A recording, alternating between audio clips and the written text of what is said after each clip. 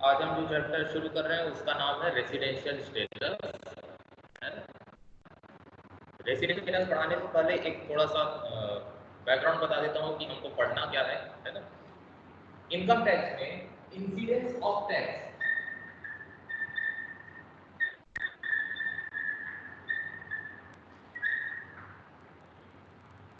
Incidence of tax जो है वो डिपेंड करता है आपकी नेचर ऑफ इनकम और रेसिडेंशियल स्टेटस पर, दो चीजों पर डिपेंड करता है।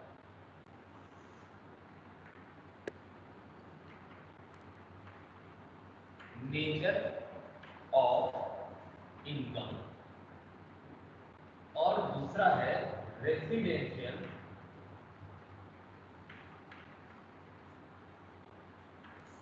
स्टेटस। ठीक, नेचर ऑफ इनकम का मतलब वो इनकम किस तरह की है जिस पर आप पर, जिस इनकम पर टैक्स लगेगा। ठीक है, दो भागों में बांटा गया है इसको, एक तो इंडियन इनकम, दूसरा फॉरेन इनकम। ठीक, पहले ये देखा जाएगा कि इनकम किस तरह की है, इंडियन इनकम है या फॉरेन इनकम है। दूसरा ये देखा जाएगा कि आपका रेसिडेंशियल स्टेटस कैसा है, और उस बेसिस पर कुछ इनकम को सेलेक्ट किया जाएगा, कुछ इनकम को छोड़ दिया जाएगा। किसके बेसिस पर? रेसिडेंशियल स्टेटस के बेसिस पर। अब रेसिडेंशियल स्टेटस क्या है? आप इंडिया में कितने दिन रहे हैं, है ना, आप इंडिया में कितने दिन रहे हैं, इस बेसिस पर कैलकुलेशन किया जाता है और आपके तीन स्टेटस निकाले जाते हैं। बेसिकली दो होते हैं, कौन कौन सा? या तो आप रेसिडेंट होंगे या तो आप नॉन रेसिडेंट होंगे। ठीक है, क्या क्या? या तो आप रेसिडेंट होंगे या तो आप नॉन रेसिडेंट होंगे। अगर नॉन रेसिडेंट है तो बात वहीं पर खत्म हो जाती है। यदि आप रेसिडेंट हैं तब दो और कैटेगरी में इस रेसिडेंट को बांटा गया है, एक तो ऑर्डिनरी रेसिडेंट और दूसरा नॉट ऑर्डिनरी रेसिडेंट। इन दो कैटेगरी में बांटा गया। ठीक है, तो जब भी आप टैक्स पे करने जाते हैं, है ना, जब भी आप रिटर्न फाइल करने जाते हैं, आप पहले ये बताते हैं कि आप रेसिडेंट है या नॉन रेसिडेंट है। रेसिडेंट है तो ऑर्डिनरी वाले हैं या नॉट ऑर्डिनरी वाले। फिर उसके बाद आप बताते हैं कि आपकी नेचर ऑफ इनकम किस तरह की है ना, ये भी देखा जाता है कि इंडियन इनकम है या फॉरेन इनकम। ठीक है, अब ये जो इंसिडेंस ऑफ टैक्स है ये हमको सेक्शन 5 में पता चलता है। सेक्शन 5 हमको ये बताता है कि इंसिडेंस ऑफ टैक्स में दो चीजें, टैक्स लगाने के लिए दो चीजें देखो, एक तो नेचर ऑफ इनकम देखो और दूसरा रेसिडेंशियल स्टेटस देखो। रेसिडेंशियल स्टेटस के बारे में हमको पता चलता है सेक्शन 6। इनकम टैक्स के सेक्शन 6 में हमको रेसिडेंशियल स्टेटस के बारे में सारी जानकारी मिलती है। दूसरा, ये जो नेचर ऑफ इनकम है इसको दो भागों में बांट दिया गया। कौन कौन सा? एक तो फॉरेन इनकम,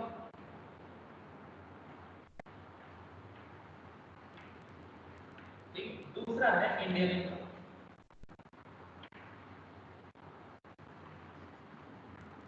ये जो इंडियन इनकम है ये सेक्शन 7 एंड सेक्शन 9 में दिया हुआ है। तो 5, 6, 7, 9, सेक्शन 8 खत्म। ठीक है, सेक्शन 8 नहीं है। ठीक, सेक्शन 5 इंसिडेंस ऑफ टैक्स के लिए, सेक्शन 6 रेसिडेंशियल स्टेटस के लिए, सेक्शन 7 एंड 9 इंडियन इनकम के लिए, और जो इंडियन इनकम नहीं होगी वो फॉरेन इनकम। ठीक, ये सारी चीजें हैं बेसिकली। ठीक, अब ये जो सेक्शन 6 है रेसिडेंशियल स्टेटस का, सेक्शन 6 है, ये अलग अलग पर्सन के बेसिस पर हम इसको देखेंगे। ठीक, ये जो रेसिडेंशियल स्टेटस हम निकालेंगे पर्सन के हिसाब से देखेंगे, जैसे इंडिविजुअल, एचयूएफ, इंडिविजुअल,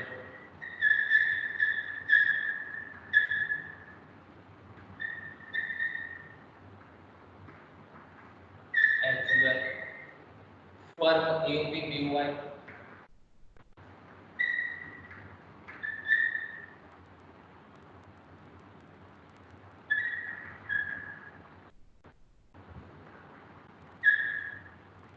कंपनी,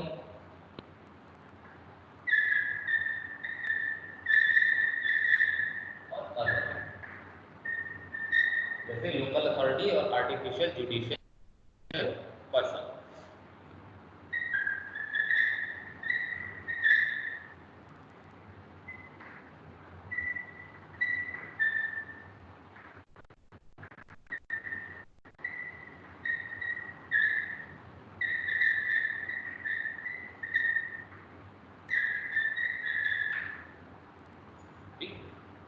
दिखाई दे रहा है बोर्ड में? रेसिडेंशियल स्टेटस हम पर्सन के हिसाब से पढ़ते जाएंगे। पर्सन कितने होते हैं भाई इनकम टैक्स में? हमने देखा पर्सन कितने टाइप के होते हैं? 7 टाइप के पर्सन होते हैं। ठीक है, कौन कौन से पर्सन होते हैं? कौन कौन से पर्सन होते हैं भाई? इंडिविजुअल, एचयूएफ, एचयूएफ 2 टाइप के, मिताक्षरा दयाभाग, फर्म, रजिस्टर्ड और एलएलपी। ठीक है, EOP, BOI, company, local authority, artificial judicial person, ये 7 टाइप के पर्सन होते हैं। हम हर टाइप के पर्सन का क्या पढ़ेंगे? रेसिडेंशियल स्टेटस पढ़ेंगे। मतलब कि किस तरह से ये डिसाइड किया जाएगा कि वो बंदा इंडिया में कितने दिन रहा है, नहीं रहा है, कुछ कैलकुलेशंस हैं, हमको वो सारी चीजें पढ़नी है। ठीक, अब इनके लिए सेक्शन क्या क्या है? ये सारे सेक्शन 6 सारे सेक्शन 6 के अंदर में आते हैं। इसके लिए सब सेक्शन है 1, 2, 3 और 4। ठीक, section 6, subsection 1, subsection 2, subsection 2, subsection 3, subsection 4, ये सारे सेक्शन और सबसेक्शन हमको बताएंगे कि इन पर्टिकुलर पर्सन का रेसिडेंशियल स्टेटस क्या होगा। ठीक, अब इतनी बात समझ में आई कि टैक्स किस लिए होता है? नेचर ऑफ इनकम पहले देखा जाता है, रेसिडेंशियल स्टेटस भी देखा जाता है।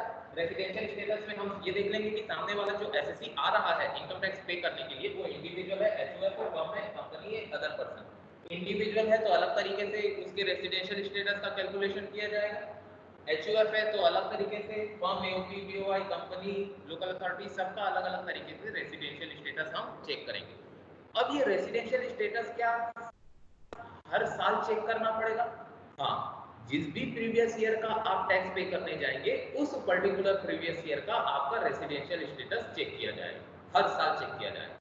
ठीक, दूसरी बात, आप बोलोगे सर मेरी सैलरी इनकम भी है, मेरा एक साइड बिजनेस भी है, मैं सट्टा भी खेलता हूँ, मेरे को आईओएस की इनकम आती है, इनकम फ्रॉम अदर सोर्स आता है, मैं बैंक में डिपॉजिट करता हूँ तो इंटरेस्ट भी मिलता है मेरे को, और मेरा एक घर भी है जहां से मेरे को किराया भी मिलता है, तो मेरे पास 5 हेड्स ऑफ इनकम है, 5 सोर्स ऑफ इनकम। तो क्या सभी सोर्स ऑफ इनकम के लिए अलग अलग रेसिडेंशियल स्टेटस देखना पड़ेगा? इनकम टैक्स बोलता है नहीं। इनकम टैक्स क्या बोलता है कि आप एक बार रेसिडेंशियल स्टेटस चेक कर लीजिए साल भर में, है ना, साल भर का आप प्रीवियस ईयर का रेसिडेंशियल स्टेटस चेक कर लीजिए, उसके बाद वही रेसिडेंशियल स्टेटस जो होगा वो कॉमन है ना। मतलब यदि आप रेसिडेंट हैं सैलरी इनकम के लिए तो आप house property, capital gain, PGBP, iOS, बाकी चारों के लिए भी रेसिडेंट होंगे। यदि आप नॉन रेसिडेंट है किसी पर्टिकुलर सोर्स ऑफ इनकम के लिए तो बाकी भी सोर्स ऑफ इनकम के लिए आप नॉन रेसिडेंट कहलाएंगे। ठीक है, इतनी सी बात। अब करते हैं कौन सा? सबसे पहला वाला इंडिविजुअल, कि यदि कोई ये सबसे बड़ा है, बाकी छोटे छोटे हैं, ज्यादा समय नहीं लगेगा, सबसे ज्यादा समय लगता है हमको इंडिविजुअल का पढ़ने में। ठीक, कि यदि कोई पर्सन इंडिविजुअल है ना, इनकम टैक्स के 7% में से यदि कोई पर्सन इंडिविजुअल है तो उस इंडिविजुअल का रेसिडेंशियल स्टेटस किस तरह से चेक किया जाता है, किस तरह से कैलकुलेट किया जाता है। ठीक है, मैंने आपको जो पीडीएफ भी नहीं भेजा, शेयर कर देता हूँ, share as a copy.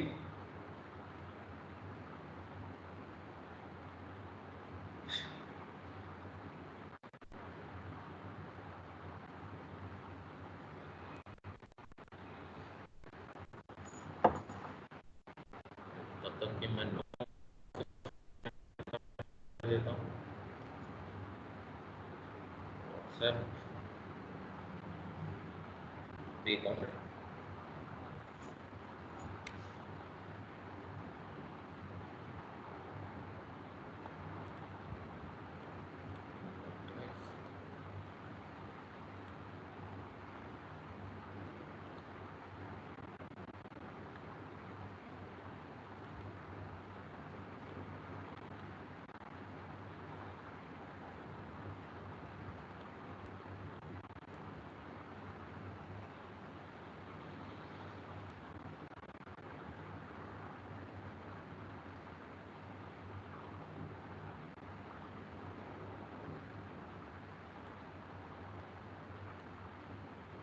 Sir ये बुक का नोट्स है।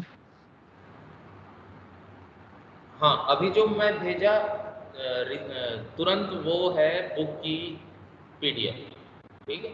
उससे पहले जो मैंने भेजा है, जो अभी मैं शेयर कर रहा हूँ, आप लोगों को दिखाई दे रहा होगा, ये है मेरे hand written notes, yes sir. ठीक है।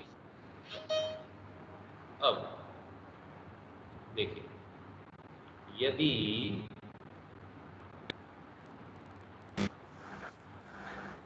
हम इंडिविजुअल की बात करते हैं, ठीक है, तो इंडिविजुअल या तो रेसिडेंट हो सकता है या तो नॉन रेसिडेंट हो सकता है, ठीक। कौन आ रहा है? मैं सभी को म्यूट कर रहा हूँ, ठीक है।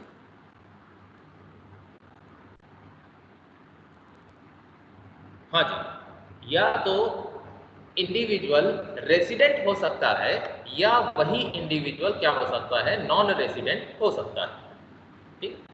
अब इंडिविजुअल होने के लिए दो कंडीशन दी हुई। इनकम टैक्स क्या बोलता है? इनकम टैक्स ये बोलता है कि अगर ये आप रेसिडेंट होना चाहते हैं तो हम आपको दो कंडीशन बता रहे हैं, ठीक है। यदि आप कोई भी एक कंडीशन को फुलफिल कर देते हैं तो आप उस प्रीवियस ईयर के लिए क्या बन जाएंगे? रेसिडेंट बन जाएंगे। और यदि आप दोनों कंडीशन फुलफिल कर लेते हैं तब भी आप रेसिडेंट हैं। लेकिन अगर आपने दो कंडीशन में से कोई भी कंडीशन फुलफिल नहीं की तो आप क्या बन जाएंगे? नॉन रेसिडेंट बन जाएंगे, ठीक है। आई बात समझ में? इंडिविजुअल का रेसिडेंशियल स्टेटस चेक करने के लिए हम क्या कर रहे हैं? या तो रेसिडेंट होगा वो बंदा या तो नॉन रेसिडेंट होगा। अगर रेसिडेंट होना है तो दो कंडीशन इनकम टैक्स बताया है, उन दोनों में से कोई भी एक कंडीशन को फुलफिल कर लेते हो तो आप रेसिडेंट हो। यदि दोनों कंडीशन फुलफिल नहीं कर पाते तो आप नॉन रेसिडेंट हो। इतनी बात समझ में आई? अब देख लेते हैं कि कंडीशन है क्या। क्या कंडीशन? पहला कंडीशन है कि आपको इंडिया में रहना है प्रीवियस ईयर में more than equal to 182 days, ठीक है। यदि आप इंडिया में 182 दिन या उससे ज्यादा रह रहे हैं प्रीवियस ईयर में तो आप क्या है? रेसिडेंट है, ठीक है। अब बात यहां पर आती है कि क्या आपको कंटिन्यूअस रहना है 182 दिन? नहीं, ऐसा जरूरी नहीं है कि आप कंटिन्यूअस 182 दिन 182 डेज रहें। हो सकता है आप इंडिया आए, महीने भर रहे, फिर इंडिया से बाहर चले गए, फिर 2 महीने बाद आए, 4 महीने यहाँ पर रहे, फिर वापस चले गए, फिर आए, 20-25 दिन रहे, फिर वापस चले गए। इस तरह से आप आना जाना करके इंडिया में वक्त बिता सकते हैं। और यदि आपका इंडिया में रहना 182, अगर आप इंडिया में कंटिन्यू रहते हैं 182 दिन तो आप क्या कहलाएंगे? रेसिडेंट कहलाएंगे, ठीक। दूसरा है, और यहां पर लिखा है, देखिए भाई, और लिखा है, एंड नहीं लिखा है। क्या लिखा है? और, या तो he must be in India for 60 days or more in the previous year। मतलब आप प्रीवियस ईयर में 60 दिन रहे हैं, ठीक है। And in 4 preceding previous year he must be in India for 365 days or more।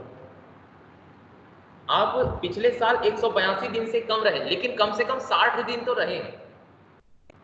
साथ में यदि आपने प्रीवियस ईयर से पिछले 4 सालों में इंडिया में 365 दिन बिताए हैं तब भी आप क्या कहलाएंगे? रेसिडेंट कहलाएंगे।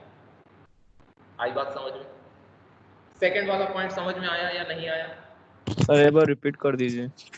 हाँ, मैं बता देता हूँ। पहला कंडीशन क्या है? पहला कंडीशन है कि प्रीवियस ईयर में आप 182 दिन या उससे ज्यादा इंडिया में रहें। 182 दिन से कम रहे होंगे तो पहला कंडीशन फुलफिल नहीं करता। 182 दिन से ज्यादा है तो आप रेसिडेंट। दूसरा कंडीशन ये बोलता है कि प्रीवियस ईयर में कितने दिन? 60 डेज,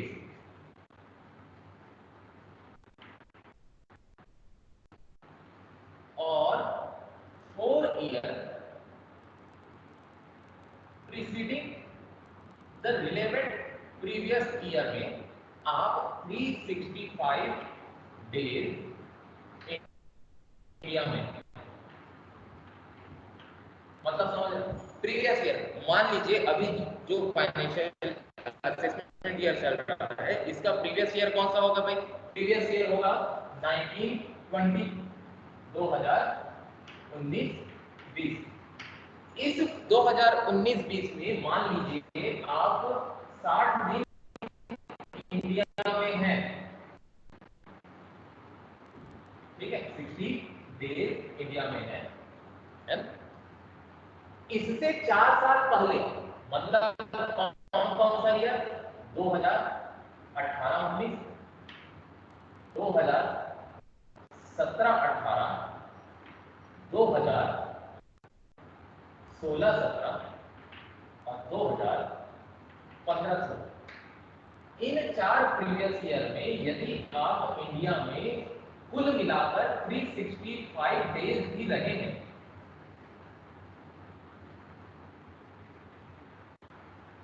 तो भी आप रेजिडेंट कहलाएंगे। आई बात समझ? सर प्रीवियस ईयर में 182, पहला कंडीशन, पहला प्रीवियस ईयर में 182 दिन या उससे ज्यादा। सर हाँ जी सर, ये कंटिन्यू रहना जरूरी नहीं है ना सर? 60 डेज? नहीं नहीं, कंटिन्यू रहना जरूरी नहीं है।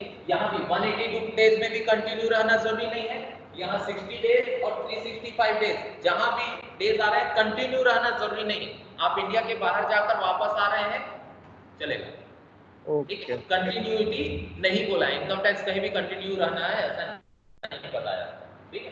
तो मान लीजिए आप 182 दिन से इंडिया में ज्यादा रहे तो आप रेसिडेंट है, आपको सेकंड कंडीशन देखने की जरूरत ही नहीं है, क्योंकि इनकम टैक्स बोला है कि इन दोनों में से कोई भी एक, एनी वन, कौन सा? एनी वन भी आप फॉलो कर, फुलफिल कर लेते हो तो आप क्या बन जाते हो? रेसिडेंट बन जाते हो। मान लीजिए आप इंडिया में 190 दिन रहे तो आप सेकंड कंडीशन में देखने के लिए जाओगे क्या? नहीं, आप पहली कंडीशन फुलफिल कर लिए, बात वहीं खत्म, आप रेसिडेंट हो, ठीक। अब दूसरी बात, आप 182 दिन तो नहीं रहे लेकिन 60 दिन कम से कम रहे हो, ठीक है। 60 दिन या 60 दिन से ज्यादा रहे हो, है ना, इंडिया में, किस साल में? Previous year. तभी इनकम टैक्स आपको एक और मौका देता है, क्या? कि इससे पिछले 4 साल को देख लो, अगर इससे पिछले 4 सालों में 365 दिन इंडिया में रहे होगे ना तो आप रेसिडेंट। 182 दिन नहीं रह पाए, कोई दिक्कत नहीं, 60 दिन कम से कम रहे हो, पिछले 4 सालों में 365 दिन कम से कम इंडिया में रहे हो तो आप रेसिडेंट। आई बात समझ में? अगर 365 दिन रहे तो रेसिडेंट। हाँ, प्रीवियस ईयर में 60 दिन प्लस एंड बोला है, एंड प्लस 365 में मतलब प्रीवियस ईयर में 60 डेज एंड प्रीवियस ईयर से पिछले 4 सालों में 365 डेज, ये दोनों देखना है। सेकंड कंडीशन में दो चीजें हैं, पिछले साल में 60 दिन और उससे पिछले 4 सालों में, प्रीवियस ईयर से पिछले 4 सालों में 365 दिन, ये दोनों चीजें देखनी है आपको, ठीक है। आगे बात समझ में? आगे बढ़े सर अगर 365 नहीं हुआ तो नहीं रहा तो यानी वो नहीं रहेगा रेसिडेंट इंडिया का। देखो, यदि ये कंडीशन फुलफिल आप रेसिडेंट, या तो ये कंडीशन फुलफिल आप रेसिडेंट,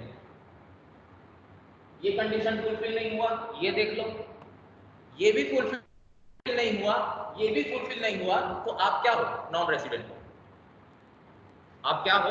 नॉन रेसिडेंट हो। अगर दोनों में से कोई भी कंडीशन आप फुलफिल नहीं करते तो आप नॉन रेसिडेंट हो। दोनों कंडीशन में से कोई फुलफिल नहीं कर रहा, मतलब आप 182 दिन से कम इंडिया में रहे, या ये देख लो कि 60 दिन से भी कम रहे हो, पिछले 4 सालों में 365 दिन भी नहीं रहे, मतलब आप इंडिया के बाहर ही रहते हो, इंडिया आते ही नहीं, बहुत कम आते हो, तो आपको क्या मान लेगा? इनकम टैक्स नॉन रेसिडेंट मान लेगा कि भैया ये इंडिया का आदमी नहीं है, ये बाहर ही रहता है, ठीक है।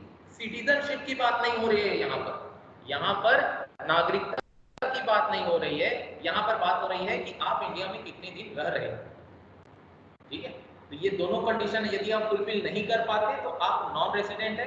दोनों में से कोई एक भी कंडीशन फुलफिल कर पाते हो तो आप रेसिडेंट हो। दोनों भी कर लिए तो भी रेसिडेंट, दोनों में से एक भी कर लिए तो भी आप रेसिडेंट हो। दोनों नहीं कर पाए तब जा करके नॉन रेसिडेंट हो। आई बात समझ में? Yes sir. हाँ जी, चलिए अब एक चीज, ये जो सेकंड कंडीशन है ना, ये सभी के लिए नहीं है। ये जो सेकंड कंडीशन है ये सभी के लिए नहीं है। ये सेकंड कंडीशन कुछ लोगों के ऊपर अप्लाई नहीं होता, does not apply in the following cases. This second condition does not apply in following conditions.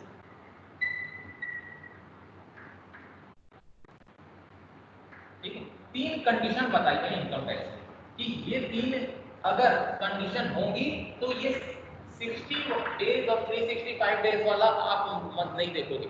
इन तीन केसेस के लिए आप सिर्फ 182 डेज देखोगे, बाकी सभी के लिए दोनों में से कोई भी एक। ठीक है, अब ये तीन कंडीशन क्या है जिनके लिए 60 और 365 का कॉम्बिनेशन नहीं चलेगा। ठीक है, चलिए देख लेते हैं, मैं नोट्स शेयर कर रहा हूं। देखिए यहां पर लिखा है this second condition does not apply in the following cases. पहला केस क्या है भाई? पहला केस है individual citizen of India living for the purpose of employment outside India. कोई इंडिविजुअल है जो कि इंडियन सिटीजन है और इंडिया छोड़ करके जा रहा है, किस पर्पस के लिए? एम्प्लॉयमेंट आउटसाइड इंडिया, बाहर कमाने खाने जा रहा है।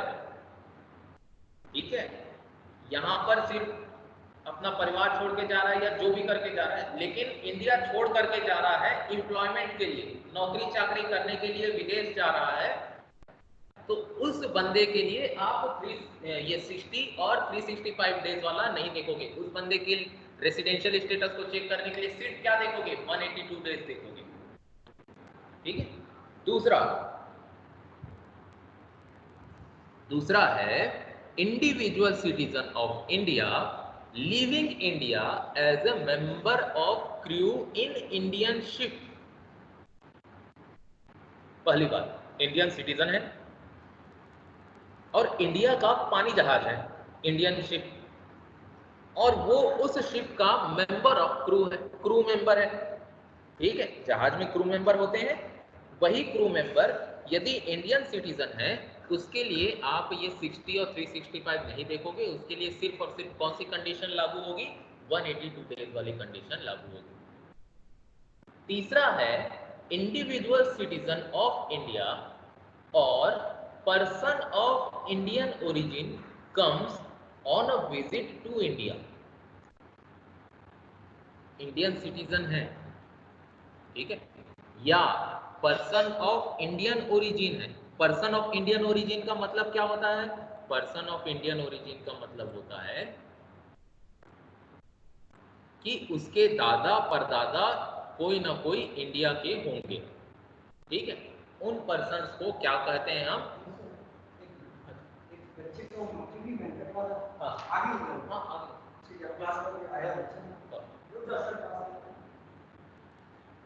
ठीक है, तो वो व्यक्ति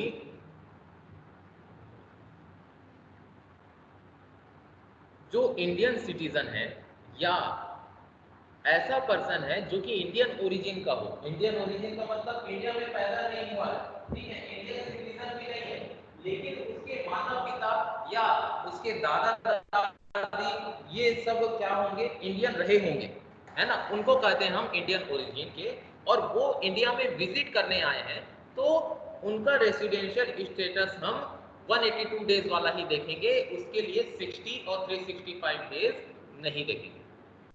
आई बात समझ में? ये तीन कंडीशन है जिन पर 60 365 डेज एप्लीकेबल नहीं होगा। इन 3 लोगों के लिए सिर्फ 182 डेज कैलकुलेट किया जाए। ठीक है, इतना समझ में आ गया? इसमें से किसी को कुछ डाउट है भाई, पूछ लो। सर अभी सिर्फ रेसिडेंट ऑफ इंडिया देख रहे हैं ना अपन? हाँ, और हमने नॉन रेसिडेंट भी देख लिया। कैसे? Yes sir.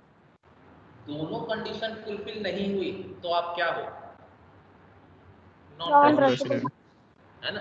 दोनों में से एक भी फुलफिल हो गया तो आप रेसिडेंट हैं। दोनों रेसिडेंट। कंडीशन फुलफिल नहीं कर पा रहे हो मतलब आप नॉन रेसिडेंट हैं। ठीक है, अब जैसे ही आपको पता चल गया कि ये व्यक्ति, ये जो इंडिविजुअल है, ये रेसिडेंट है, अब आपको एक चीज और देखनी पड़ेगी। क्या? कि वो ऑर्डिनरी रेसिडेंट है या नॉट ऑर्डिनरी रेसिडेंट है। ठीक है, पहले आप क्या पता लगाएंगे? पहले आप पता लगाएंगे कि वो रेसिडेंट है या नॉन रेसिडेंट। आपने पता लगा लिया, दो कंडीशन थी, दोनों में से कोई भी एक फुलफिल कर लिया, पहला या दूसरा, तो दोनों में से कोई भी एक फुलफिल कर लिया, वो रेसिडेंट है। दोनों नहीं कर पाया तो वो नॉन रेसिडेंट। अब रेसिडेंट है ये पता चल गया तो आपको 2 कैटेगरी और दी जाती है। कौन कौन सा? ऑर्डिनरी रेसिडेंट और नॉट ऑर्डिनरी रेसिडेंट। ये 2 कैटेगरी और है। तो हम ये देख लेते हैं कि रेसिडेंट डिसाइड हो जाने के बाद ऑर्डिनरी के लिए क्या कंडीशन है और नॉट ऑर्डिनरी के लिए क्या कंडीशन है। ठीक, चलिए मैं पीडीएफ शेयर करता हूँ।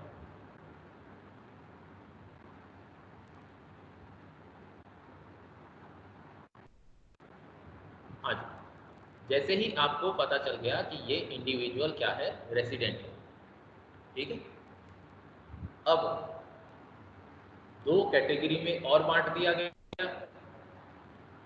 कौन कौन सा भाई? एक ऑर्डिनरी रेसिडेंट और दूसरा नॉट ऑर्डिनरी रेसिडेंट। यहां पर इनकम टैक्स क्या कहता है? यहां इनकम टैक्स कहता है कि यदि आपको ऑर्डिनरी रेसिडेंट होना है तो बोथ दी कंडीशन आपको फुलफिल करनी पड़ेगी। ये जो 2 कंडीशन नीचे में लिखी हुई है ना, ये दोनों कंडीशन फुलफिल करोगे तब जाकर आप क्या कहलाओगे? Ordinary resident कहलाओगे। अगर आप दोनों में से कोई भी दोनों कंडीशन फुलफिल नहीं कर पाते तब आप क्या कहलाओगे? नॉट ऑर्डिनरी रेसिडेंट कहलाओगे। ठीक, अब ऑर्डिनरी रेसिडेंट के लिए कंडीशंस क्या क्या है? पहला, resident in 2 year out of 10 year immediately preceding the relevant previous year। IPTRPY ये शॉर्ट फॉर्म में लिख दिया हूँ, इसका मतलब है immediately preceding the relevant previous year। Previous year से जस्ट पहले के 10 सालों में कम से कम 2 साल आपको क्या होना पड़ेगा? रेसिडेंट होना पड़ेगा। क्या होना पड़ेगा? रेसिडेंट होना पड़ेगा। साथ साथ plus and 730 days or more in 7 year immediately preceding the relevant previous year। Previous year से जस्ट पहले के 7 सालों में आपको 730 दिन इंडिया में रहना पड़ेगा, तब जाकर आप ऑर्डिनरी रेसिडेंट कहलाएंगे। आई बात समझ में?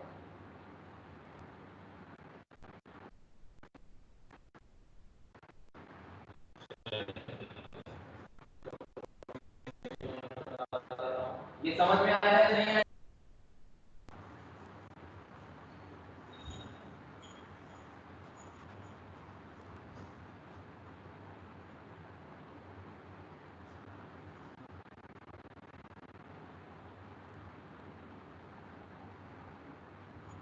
हाँ जी, देखिए इंडिविजुअल हम देखते हैं।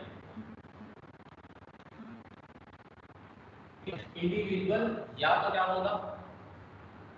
रेसिडेंट होगा, या तो क्या होगा? वो नॉन रेसिडेंट। रेसिडेंट होने के लिए दो कंडीशन,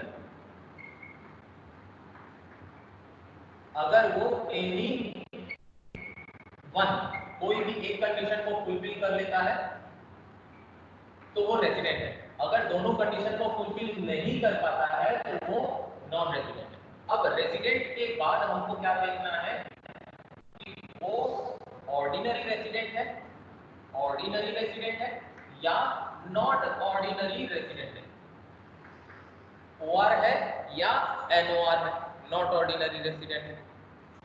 ऑर्डिनरी रेसिडेंट के लिए दो कंडीशन दिया हुआ है, टू कंडीशन,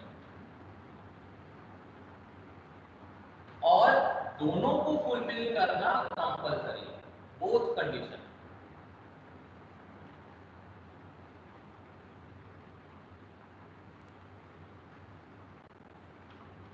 ठीक है, दोनों कंडीशन को आप फुलफिल करेंगे तब जाकर आप ऑर्डिनरी रेसिडेंट बनेंगे। अगर दोनों कंडीशन फुलफिल नहीं कर पाते तो नॉट ऑर्डिनरी, आप रेसिडेंट रहेंगे लेकिन नॉट ऑर्डिनरी रहेंगे यदि आपने दोनों कंडीशन फुलफिल नहीं किया है तो। ठीक है, अब कंडीशन क्या क्या होगा,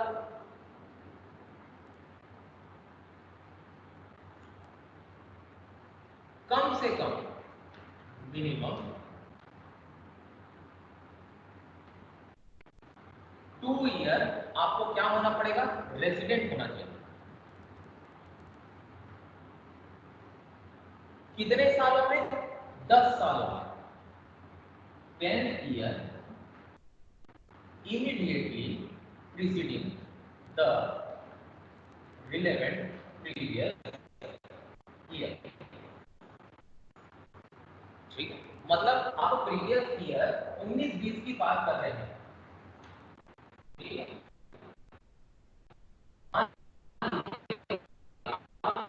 प्रीवियस ईयर 19-20 की बात कर रहे हैं कि 19-20 में ये बंदा रेसिडेंट है, तो इसके बाद ऑर्डिनरी 10 साल, 19-20 से पहले के 10 साल कौन कौन से होंगे, 2018-19, 17-18,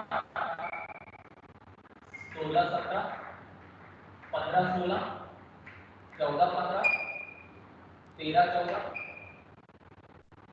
कितना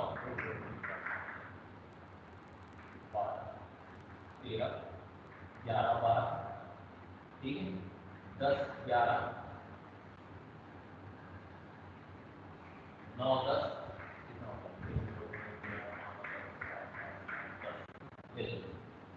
ये 10 साल। इन 10 सालों में किन्हीं 2 सालों में एनी 2 ईयर, एनी 2 ईयर आप क्या होना चाहिए, रेसिडेंट होना चाहिए। अब रेसिडेंट होना चाहिए मतलब ये जो दो कंडीशन है, इन दो कंडीशन में से कोई भी एक कंडीशन आप फुलफिल कीजिए इन 10 सालों में से किसी भी 2 साल में, किसी भी 2 साल में, कंटिन्यू होना जरूरी नहीं है। आप 18-19 में कर सकते हो, आप 9-10 में कर सकते हो, आप 16-17 में कर सकते हो, 12-13 में कर सकते हो, किसी भी 2 साल में आप रेसिडेंट होने चाहिए। ठीक, साथ में एंड पिछले 7 साल, प्रीवियस ईयर से पिछले 7 सालों में आपको कम से कम 730 डेज या उससे अधिक इंडिया में होना चाहिए। पिछले 7 साल मतलब 1 2 3 4 5 6 7, यहाँ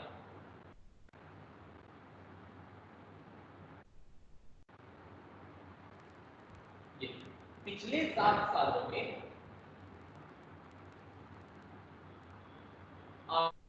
आपको 730 डेज और मोर इंडिया में होना चाहिए। ठीक, अब ये 730 डेज भी ऐसा ही है, कैसा है, कंटिन्यू रहना जरूरी नहीं है।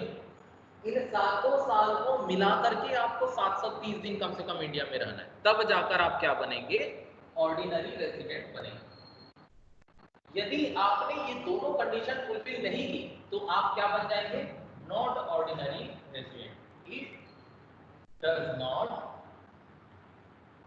फुलफिल बोथ कंडीशन, आप रेसिडेंट तो हैं मगर कैसे रेसिडेंट है? Not ordinary. यदि आपने दोनों कंडीशन फुलफिल कर ली तो आप रेसिडेंट हैं और साथ में ऑर्डिनरी रेसिडेंट हैं। इतनी बात समझ में आ गई? किसी को कुछ डाउट? सर अगर 11-12 और 10-11 में रहा हो 10 साल के लिए, मतलब 2 साल के लिए, तो फिर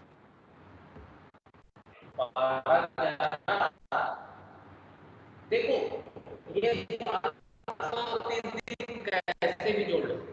7 सालों में आप किसी भी साल में या कैसे भी करके कम से कम 730 दिन इंडिया में रहे, ठीक है? आप 2 सालों या 3 सालों को जोड़ करके कंटिन्यू 730 दिन रहे हो या अलग अलग करके 730 दिन रहे हो, कोई दिक्कत नहीं। वो बोल रहा है कि प्रीवियस ईयर से पिछले 7 सालों में आपको 730 दिन रहना है। अब कैसे भी रहो, कंटिन्यू रहो, बिना कंटिन्यू रहो, बार बार आते जाते रहो, कोई दिक्कत नहीं, ठीक है? Yes, और जो रेसिडेंट होना है कम से कम 2 साल, वो प्रीवियस ईयर से पहले के 10 सालों में किसी भी 2 साल में आपको रेसिडेंट रहना है। अब रेसिडेंट के लिए आपको फिर से वही 2 कंडीशन कम से कम आप फुलफिल किए हो। आई बात समझ में? तो आज हमने क्या पढ़ा? आज हमने पढ़ा कि इंसिडेंस ऑफ टैक्स, सेक्शन 5 क्या बताता है? इंसिडेंस ऑफ टैक्स 2 चीजों पर निर्भर करता है। कौन कौन सी 2 चीज? या तो nature of income, Indian income या फॉरेन इनकम, दूसरा रेसिडेंशियल स्टेटस। जो नेचर ऑफ इनकम है वो हम इसके बाद पढ़ेंगे, रेसिडेंशियल स्टेटस के बाद। रेसिडेंशियल स्टेटस का मतलब क्या कि आप इंडिया में कितने दिन रहे हो, इस बेसिस पर आपका रेसिडेंशियल स्टेटस 2 हो सकता है, या तो रेसिडेंट या तो नॉन रेसिडेंट। अगर रेसिडेंट है तो आप ऑर्डिनरी हो सकते हो या तो नॉट ऑर्डिनरी हो सकते हो, दोनों में से कोई भी एक आप हो सकते हो, ठीक? अब ये रेसिडेंशियल स्टेटस हम अलग अलग पर्सन हिसाब से देखते जाएंगे, सेक्शन 6 में है ना। हम सबसे पहले देख रहे हैं इंडिविजुअल, फिर HUF, firm, AOP BOI, company, other person, artificial, judicial person, local authority, इन सबका अलग देखा, ठीक? तो आज हमने क्या देखा? आज हमने देखा कोई इंडिविजुअल है, उसका रेसिडेंशियल स्टेटस, रेसिडेंट या नॉन रेसिडेंट कैसे डिसाइड होता है? रेसिडेंट डिसाइड करने के लिए 2 कंडीशन दिया हुआ है ना? दोनों में से कोई भी एक कंडीशन भी अगर आपने फुलफिल कर लिया तो आप रेसिडेंट हो। कौन कौन से? प्रीवियस ईयर पूरा। अगर आप इसके अलावा देखना चाह रहे हो, आप 182 डेज नहीं रह रहे हो, तो आपके पास एक और चीज है, क्या? कि आप प्रीवियस ईयर में 60 डेज हो और उससे पहले के 4 सालों में आप 365 डेज इंडिया में रहे हो। तो अब ये 60 और 365 वाला 3 लोगों के केस में एप्लीकेबल नहीं होगा। उन 3 लोगों का सिर्फ और सिर्फ 182 डेज वाला ही देखना पड़ेगा। कौन कौन से हैं? पहला, वो बंदा जो एम्प्लॉयमेंट के लिए इंडिया छोड़ करके बाहर जा रहा है। दूसरा, जो इंडियन इंडिविजुअल है, इंडियन सिटीजन है, इंडियन शिप का क्रू मेंबर है, उसके लिए आप 60 365 डेज नहीं देखोगे। और तीसरा, इंडियन सिटीजन है ना, और फैमिली को देखना है। है ना, इंडियन सिटीजन है या इंडियन ओरिजिन का है, वो इंडिया आ रहा है किसके लिए? विजिट करने के लिए, घूमने फिरने के लिए, ठीक है? तो उसके लिए 360 डेज और 365 डेज नहीं देखोगे, बाकी सब देखोगे। अब आप डिसाइड करिए कि वो रेसिडेंट है या नॉन रेसिडेंट है। नॉन रेसिडेंट है तो बात वहीं पर खत्म। अगर रेसिडेंट है तो फिर आपको चेक करना पड़ेगा कि वो ऑर्डिनरी है या तो नॉट ऑर्डिनरी है। अब ऑर्डिनरी नॉट ऑर्डिनरी के लिए सेक्शन 6 में सबसेक्शन 1 में क्या बताया है कि ऑर्डिनरी होने के लिए ये 2 कंडीशन है, दोनों कंडीशन फुलफिल करना कंपलसरी है, तभी आप ऑर्डिनरी बनेंगे, वरना आप नॉट ऑर्डिनरी बनेंगे।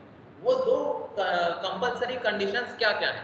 वो 2 कंपलसरी कंडीशंस है कि आप प्रीवियस ईयर से पिछले 10 सालों में immediately preceding the relevant previous year आप कम से कम 2 सालों में क्या थे? रेसिडेंट थे। साथ ही प्लस एंड प्रीवियस ईयर से पिछले 7 सालों में आप कम से कम 730 डेज इंडिया में रहेंगे। ये दोनों कंडीशन आप फुलफिल करते हैं तो आप ऑर्डिनरी हैं। अगर दोनों कंडीशन फुलफिल नहीं कर पाते तो आप नॉट ऑर्डिनरी रेसिडेंट हैं। अब देखो, ऑर्डिनरी या नॉट ऑर्डिनरी है तो वो रेसिडेंट। अब रेसिडेंट में हम कैटेगरी बांट रहे हैं, ठीक है? ऐसा आई बात समझ में? इतना समझ में आ गया? किसी को कोई Yes, doubt? sir. Yes, sir. हाँ जी। चलिए, तो मैं आज की क्लास यहाँ खत्म कर रहा हूँ, ठीक है। आप इसे रिवीजन कीजिए